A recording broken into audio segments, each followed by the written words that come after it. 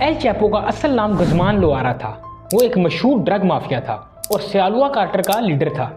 یہ ایک مجرمانہ تنظیم ہے جو دنیا بھر میں منشیات کی سمگلنگ کے لیے مشہور ہے۔ تو کیا آپ جانتے ہیں کہ ایل چیپو جو دنیا کا سب سے خطرناک ڈرگ مافیا کا لیڈر تھا، وہ ایک بار نہیں بلکہ 2 بار جیل سے فرار ہوا؟ تو یہاں ایک سوال پیدا ہوتا ہے کہ ایل چیپو اتنی سخت سیکیورٹی میں جیل سے فرار کیسے ہوا؟ وہ کیسے ایک جیل سے لانڈری کی گاڑی میں بیٹھ کر آرام سے جیل سے بھاگ گیا؟ اور یہ کیسے 1 میل لمبی سرنگ کھود کر جیل سے فرار ہوا؟ آئیے جانتے ہیں۔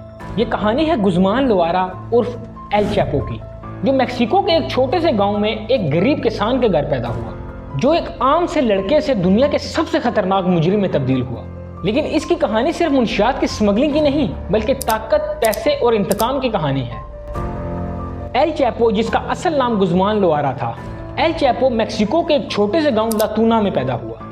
اس کی ابتدائی زندگی غربت اور مشکلات سے بھری تھی۔ وہ ایک غریب کسان کے گھر پیدا ہوا تھا اور اس نے بچپن سے ہی کام کرنا شروع کر دیا تھا، لیکن گھر کے تنگ حالات اور غربت نے اسے جلد ہی مجرمانہ دنیا کی طرف دھکیل دیا۔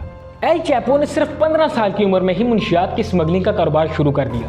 وہ اپنے چچا کے ساتھ کام کرتا تھا جو پہلے ہی منشیات کے کاروبار سے منسلک تھے۔ یہ وہ دور تھا جب میکسیکو میں منشیات کے کاروبار پھیل رہا تھا اور گزمان عرف ایل چیپو نے اس موقع کا بھرپور فائدہ اٹھایا۔ ایل چیپو نے اپنے کاروبار کو بڑھانے کے لیے نئے طریقے ایجاد کیے۔ اس نے منشیات کو امریکہ پہنچانے کے لیے ہوائی جہازوں، کشتیوں اور سرنگوں کا استعمال کرنا شروع کر دیا۔ اس کی ذہانت اور بے رحمی نے اسے جلد ہی میکسیکو کی سب سے طاقتور ڈرگ مافیا کا لیڈر بنا دیا۔ سن 1980 میں ایل چیپو نے ایک مشہور بدنام زمانہ منشیات سمگلنگ کی تنظیم سینالوا کارٹر میں اپنی جگہ بنا لی۔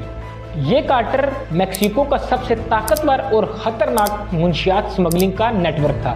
ایل چیپو نے جلد ہی اپنی ذہانت، بے رحمی اور نت نئے طریقوں کی بدولت اس کارٹر کی قیادت سنبھال لی۔ اس نے منشیات کی سمگلنگ کے لیے نئے طریقے ایجاد کیے، جیسے سرنگیں کھود کر منشیات کو امریکہ پہنچانا، اسکول کے بچوں کے بیگ میں منشیات بھر کر پولیس کے ناکوں سے گزارنا، اور ایمبولینس کے ذریعے منشیات کو ادھر ادھر سمگل کرنا شامل تھا، کیونکہ ایمبولینس کو کسی بھی پولیس ناکے پر نہیں روکا جاتا۔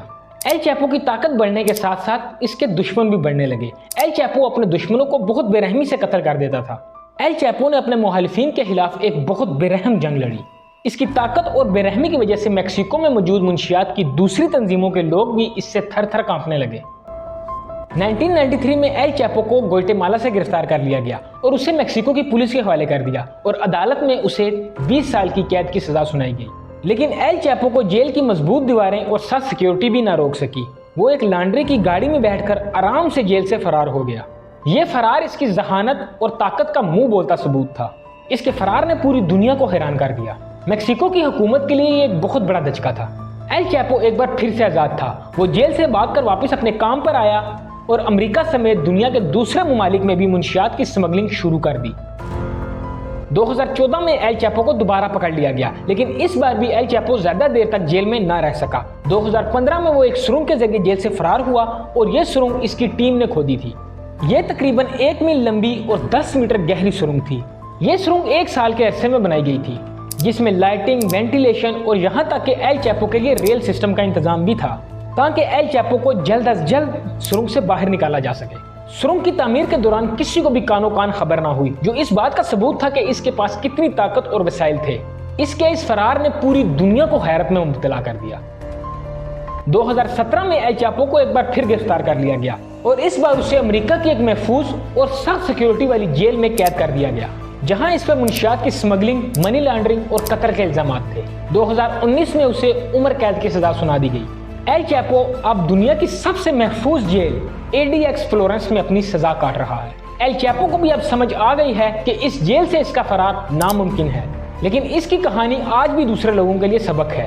ایل چیپو کی کہانی صرف ایک مجرم کی کہانی نہیں، بلکہ یہ طاقت، پیسے اور انسانی خواہشات کی کہانی ہے۔ اس کی زندگی ہمیں بتاتی ہے کہ غربت اور مجبوری کس طرح ایک عام انسان کو ایک طاقتور مجرم میں تبدیل کر دیتی ہے، لیکن آخرکار مجرموں کو ان کے کیے جرائم کی سزا ضرور ملتی ہے۔